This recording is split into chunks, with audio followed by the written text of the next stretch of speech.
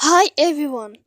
Today we will talk about how to fix Instagram quality.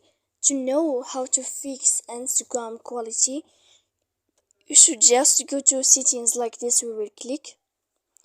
After that, in this page, you will go to apps, default apps, app settings like this. When you will see this list, you will go down to find the application of Instagram like this. Then in this page, you will go to first stop. And when you will end this, you will enter to storage.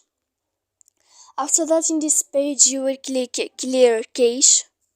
Then you will click clear data. And after all that, you can turn off your Wi-Fi so that you can know how to fix Instagram quality. So please don't forget to support us by like and subscribe. See you next time in another video, and thank you for watching.